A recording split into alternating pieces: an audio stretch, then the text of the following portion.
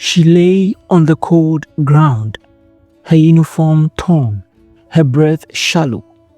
The school was silent, but inside the principal's office, the truth was buried under fake smiles and heavy secrets.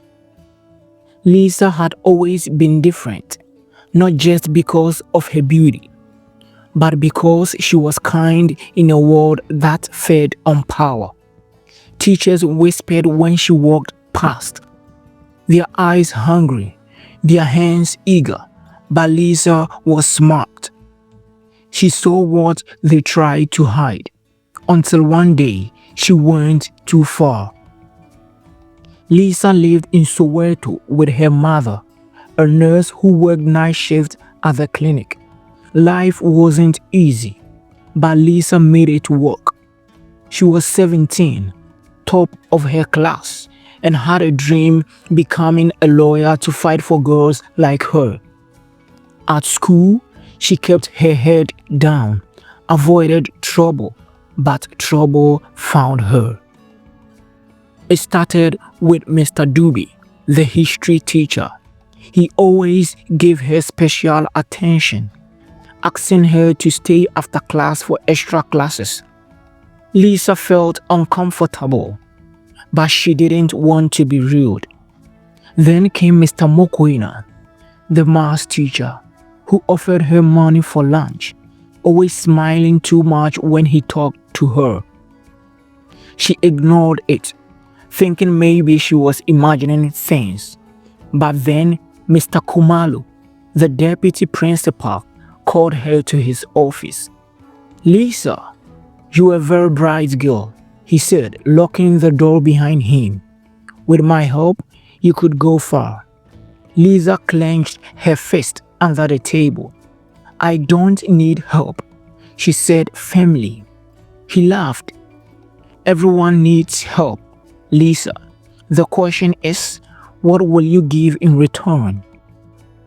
Lisa's stomach turned. She ran out before he could say another word. That was when she knew this wasn't just one teacher. It was the whole system. And she was their target. Lisa decided to fight back. She recorded her conversations, took pictures of inappropriate messages, and even saved the money Mr. Mokoena had given her as evidence. She planned everything carefully.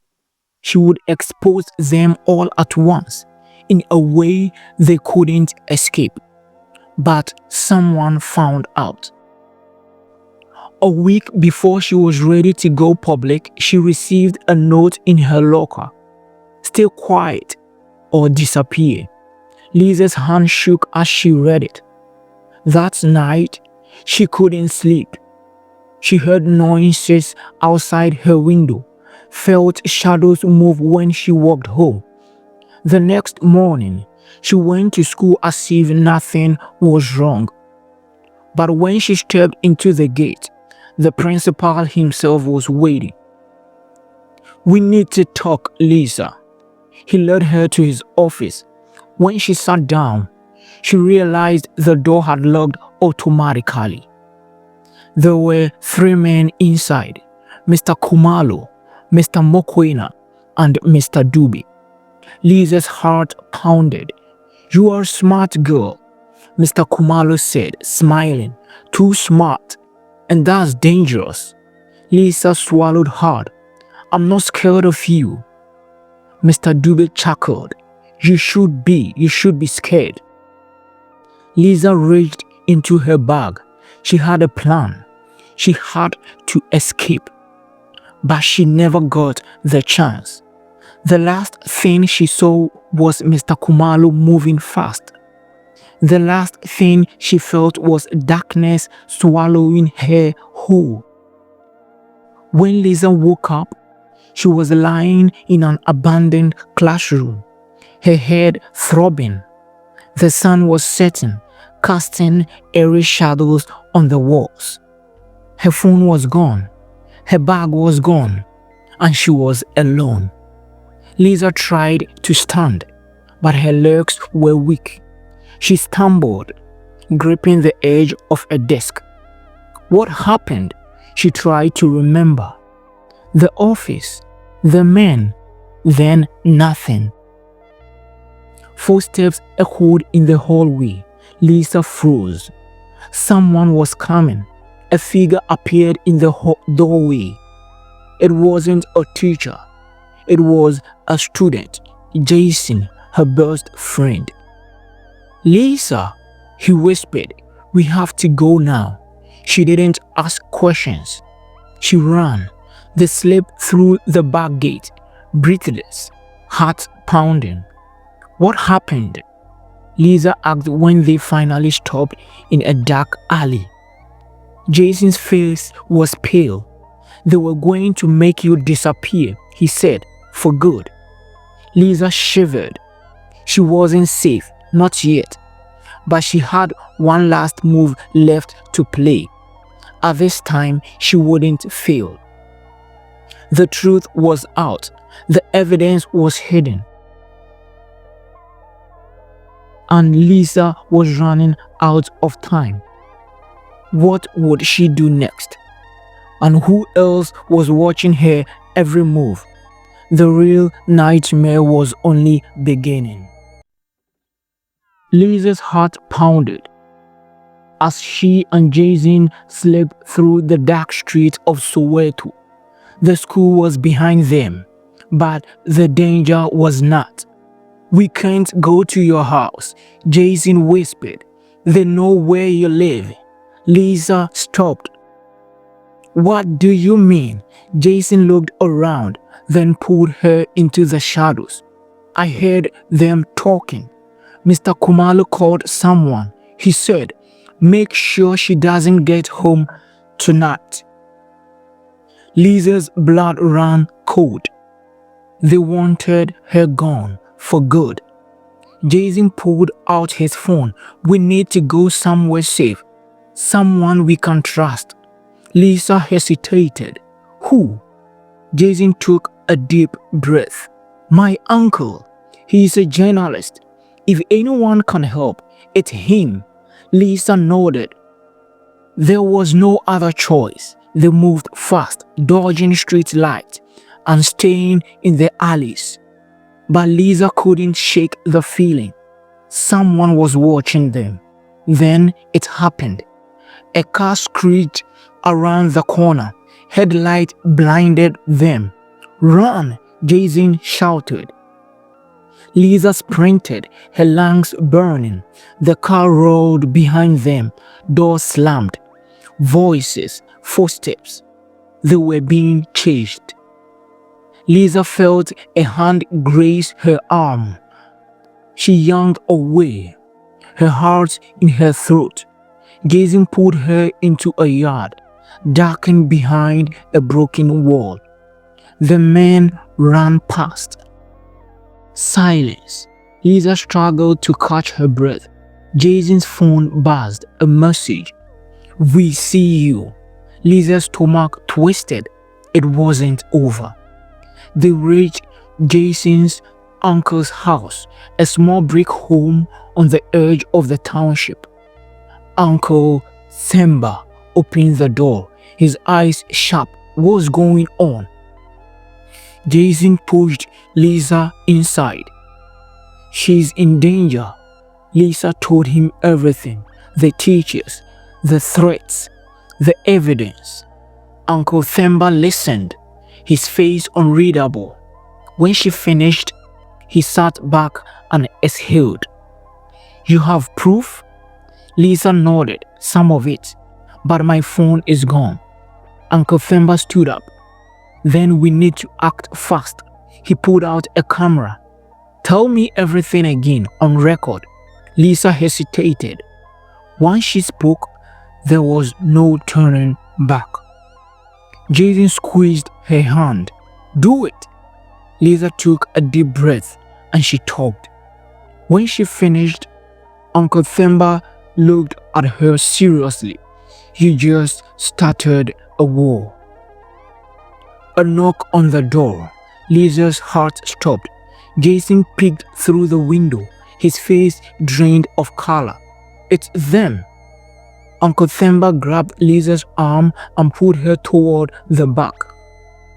"Out the window, now!" Lisa scrambled through, Jason right behind her. They landed in the backyard. The night was thick with silence. Then bang! The front door burst open. Voices. They were inside. Lisa and Jason ran. Another car pulled up at the corner. Headlights flashed. They were trapped. Lisa's mind raced. She grabbed Jason's wrist. "Split up. Meet at the old train station." Jason hesitated. "Go," Lisa whispered harshly. He ran left. Lisa ran right. Shout. Footsteps. Lisa darted into a side alley, pressing herself against the wall. The footsteps grew louder. She heard her breath. A figure appeared at the alley entrance. Mr. Kumalu. Lisa's blood turned to ice. He smiled. "You can't run forever, Lisa." Her heart pounded. She had one shot, one chance, and she took it. Lisa grabbed a loose brake and swung. It connected with his temple. Mr. Kumalu collapsed. Lisa didn't wait. She ran. She had to reach Jason. She had to finish this. She had to survive. But she didn't know. Someone was already waiting for her at the train station. Someone she never expected. And the real betrayal was about to begin. Lisa's legs burned as she ran through the empty streets of Soweto. Her breath came in sharp gasps, her heart pounding like a drum. The old train station wasn't far. Jason would be waiting. But she couldn't shake the feeling. Something was wrong. The city felt too quiet. The street light flickered, casting long, eerie shadows. Lisa kept glancing behind her, expecting to see Mr. Kumalu's bloody face chasing her. But the real danger was ahead. She reached the station. It was abandoned, rusted, forgotten. A single train car sat in the middle of the tracks, its doors open like a hungry mouth. Lisa slowed her steps. "Jason," she whispered. No answer. The wind howled through broken doors. Her stomach twisted. Something wasn't right. She stepped forward cautiously. Gravel cranked under her feet. A shadow moved inside the train cart. Lisa turned. "Jason," she tried again, her voice shaking. Then a hand grabbed her from behind. She screamed, twisting wildly. Jason's voice hissed in her ear. "It's me." Lisa froze, breathing hard. "Jason." "What?" He looked terrified. "They are here." Lisa's blood turned to ice. Footsteps, slow, deliberate. They weren't alone. Lisa turned her head slightly and saw them. 4 men stood at the edge of the platform, dressed in dark clothes. Their faces were hidden in the shadows, but Lisa recognized the voice that spoke. "You just won't listen, will you, Mr. Mokoena?" Lisa's hand clenched into fist. "You should have taken our offer," he continued, stepping forward. "But now we have to do things the hard way." Lisa took a step back, Jason gripping her arm. "We are leaving," Jason said firmly. Mr. Mokoena laughed. "You think this is a choice?" Lisa's mind raced. They are trapped. The men spread out, blocking every exit. Jason pulled something from his pocket, a knife. Lisa's eyes widened. "Jason, they are not taking us," he whispered. Mr. Mokoena sighed. "This is disappointing." It's really disappointing. We could have made things easy for you, Lisa. You're smart, beautiful. You could have had everything. Lisa felt sick. You are monsters, she spat. Mr. Mokoine's eyes darkened. And you are a problem that needs to be solved, he signaled. The men charged. Jason slashed wildly, forcing them back. Lisa grabbed a loose metal rod from the ground. She swung hard, hitting one of them in the ribs. Chaos exploded. A fist hit Lisa's jaw, sending her stumbling. Jason fought like a madman, but they were too many. Lisa heard a grunt. She turned just in time to see Jason go down, a man pinning him to the ground. "No!" she screamed. Hans grabbed her, yanking her back. Lisa thrashed, bit, kicked, but they were stronger. Mr. Mokoina stepped closer, his face twisted with amusement. "You fought well, Lisa, but it's over." Lisa's breath came in ragged gasps. "No, not like this. Not after everything." Mr. Mokoina pulled out a phone and dialed. "So we have her." A pause, then a voice Lisa never expected. "Good, bring her to me." Lisa's heart stopped. The voice was the principal's. They dragged Lisa and Jason to a black SUV parked outside. Lisa fought the whole way. "Let me go." A sharp slap across her face made her head snap sideways. "Shut up," one of the men said and growled. Jason was bleeding, his face swollen. Lisa's mind screamed for a way out. The door opened. Lisa's breath caught. Inside the car was Principal Nkosi. He smiled. "You never knew when to stop, did you, Lisa?" Lisa's stomach churned with rage. "You knew," she whispered. Principal Nkosi leaned forward. "Of course, I knew.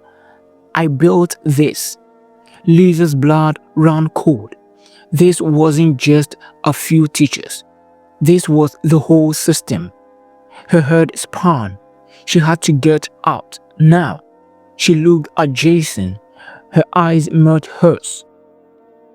He was thinking the same thing. They had one chance, one move left. Lisa took a deep breath and acted. Lisa's mind raced. Her wrists were pinned behind her. Jason barely conscious behind her. The car smelled of leather and danger. Principal Nkosi smiled. "You think you are the first girl to fight back?" Lisa clenched her jaw. "You should have been smart," he continued, taking gift, played along, but now, he shook his head. "Now you've made enemies." Lisa's pulse pounded. She had one chance. She met Jason's eyes. A silent agreement passed between them. "Do it now." Lisa jerked her head back, slamming it into the driver's seat. The driver cursed. The car swerved. Jason twisted, kicking the door handle. The lock popped. Lisa threw herself forward, biting the man's arm that held her. The SUV spun wildly. Tires squeaked. Then bang! It crashed. Lisa's body slammed into the door. The world blurred. She blinked, dazed. Smoke. Shouting. Jason groaned beside her, blood trickling from his temple. Lisa pushed the pain aside. She had to move now. She reached for the door handle, hands shaking. It wouldn't open. Outside, Mr. Mokoina staggered up, his head bleeding. He looked at the wrecked car, then at Lisa. His eyes burned with fury. He wasn't letting them go. Lisa grabbed Jason's arm. "We have to run." Jason coughed, forcing himself up. They pushed at the door again. It gave way. They tumbled out into the road. Footsteps pounded behind them. Lisa yanked Jason forward. "Move!" They ran. Through the street, past old buildings, down alleyways. They didn't stop, didn't look back, until they found themselves at the one place Lisa never wanted to go, the police station. Jason hesitated. Lisa swallowed hard. Could they be trusted? They had no choice. They stepped inside. An officer at the desk looked up. "Can I help you?" Lisa took a deep breath. "Yes," she said, voice shaking. "I want to report a crime." The officer frowned. "What crime?" Lisa clenched her fist. "A school that destroys girls like me." The room went silent. The officer stirred. Then slowly he reached for his radio. Lisa's heart pounded. Had she just saved herself or walked into another trap? Behind her, Jason whispered, "Lisa, look." Lisa turned, and her blood ran cold. Standing at the entrance was Principal Nkosi, and he was smiling. Lisa's stomach twisted as Principal Nkosi stepped into the police station, his confident smile sending shivers down her spine. Jason turned beside her. The officer behind the desk glanced between them, confused. Nkosi adjusted his tie. "Lisa, my dear, I was so worried about you." His voice so smooth, practiced. "What are you doing here?" Lisa clenched her fist. He was playing innocent. She turned to the officer. "He's lying. They kidnapped me. They've been abusing girls at my school for years." The officer raised an eyebrow, his expression unreadable. Principal Nkosi chuckled. "Young minds are so dramatic." "Officer, I think Lisa is confused. She ran away from school and we've been searching for her all night." Lisa's heart pounded. "He's lying." Nkosi sighed, shaking his head. "Lisa, let's not make this worse. You are tired. You've been through a lot, but trust me, the world doesn't care about your little stories." Lisa's blood boiled. "That's why I have proof. I have my proof." She pulled a USB drive from her pocket. The last copy of all the recordings, messages, and evidence she had gathered. Nkosi's face changed. For the first time, his confidence wavered. Lisa slammed the USB onto the desk. "Everything is in here. Play it." The officer hesitated. Nkosi leaned in, his voice barely a whisper. "If you do this, Lisa, your life will never be the same." Lisa looked at him, unflinching. "It already isn't." The officer plugged the USB onto his computer. The room felt silent. Then the recordings played. Mr. Kumalo's voice, low and threatening. Mr. Mokoine's office of money. Lisa's desperate whispers in secret recordings. The officer's face darkened. More officers gathered. The room filled with murmurs. Nkosi's hand twisted. He took a step back. One officer reached for his radio. "We need backup. Now." Nkosi turned to run, but it was too late. A group of officers stormed in, blocking the exit. One stepped forward. "Principal Nkosi, you are under arrest."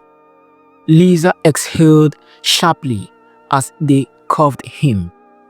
He thrashed. "You don't understand. I own this school." "Not anymore," the officer said coldly. Nkosi's eye locked onto Lisa one last time. Pure hatred burned behind them. Then he was dragged away. Lisa felt her knees weaken. Jason caught her. The nightmare was over, but deep inside, Lisa knew it was just the beginning of a bigger fight. She had exposed the truth, but now, how many other schools hid the same darkness? How many other girls were still suffering in silence? Lisa looked at Jason. We did it. Jason smiled weakly. Yeah, but what now? Lisa straightened, her heart steady. Now we make sure this never happens again. Moral lesson. Silence protects the wicked. Courage exposes them. Lisa's story is a reminder that evil thrives in secrecy. When people stand together, when they refuse to be silent, they become unstoppable. Never let fear keep you from telling the truth. The end.